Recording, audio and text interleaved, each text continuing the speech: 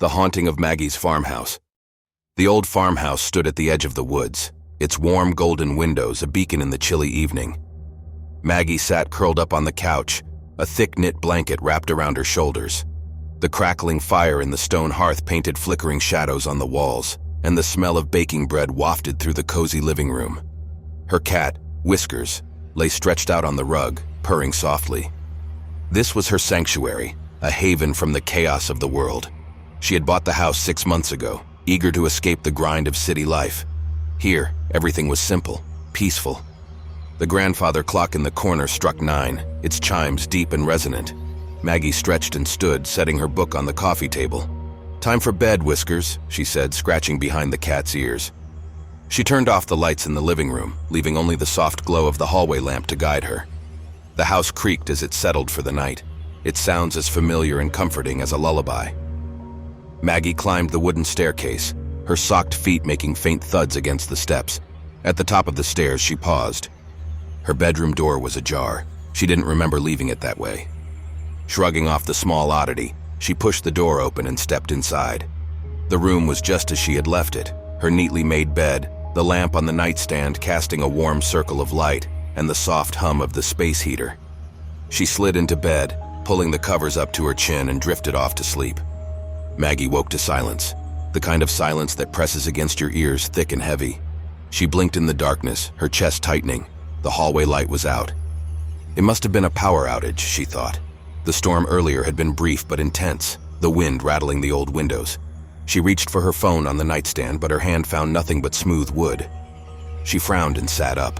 The soft glow of her phone screen should have been visible even in the dark. "Whiskers," she called, her voice barely above a whisper. There was no response. Sliding out of bed, she groped for the flashlight she kept in the nightstand drawer. As she fumbled with the switch, a soft sound reached her ears, the creak of a floorboard. Maggie froze. It had come from the hallway. The flashlight flickered to life, its beam piercing the darkness. She aimed it at the doorway. The hall was empty. Still, the sense of unease prickled at the back of her neck. She stepped into the hallway, the beam of light trembling slightly in her hand. At the far end of the hall, the attic door hung open. She stared at it, her heart pounding. That door had been closed, she was certain. A low scraping sound echoed from the attic, something moving or dragging. Her legs felt like lead, but she forced herself forward, one slow step at a time. When she reached the attic door, she shone the flashlight into the darkness above. The narrow staircase stretched upward into the shadows, the beam revealing old dusty boxes and a few cobwebbed beams. Nothing moved. She swallowed hard. "Hello?" she called, her voice shaking. "Is someone there?" Silence. She climbed a few steps, the wood groaning under her weight.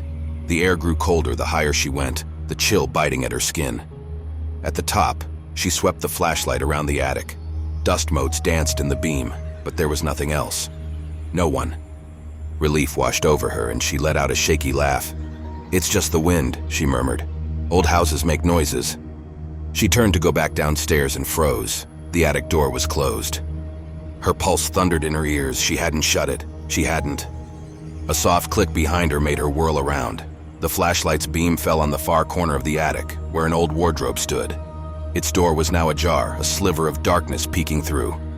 Maggie backed away, her breath coming in quick, shallow gasps. She nearly stumbled down the stairs in her haste, slamming the attic door shut behind her. She locked it, her hands trembling, and ran to her bedroom. The morning sunlight streamed through the windows, banishing the terrors of the night. Maggie laughed at herself as she poured a cup of coffee.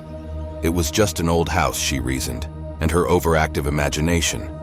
She had probably left the attic door open earlier and forgotten.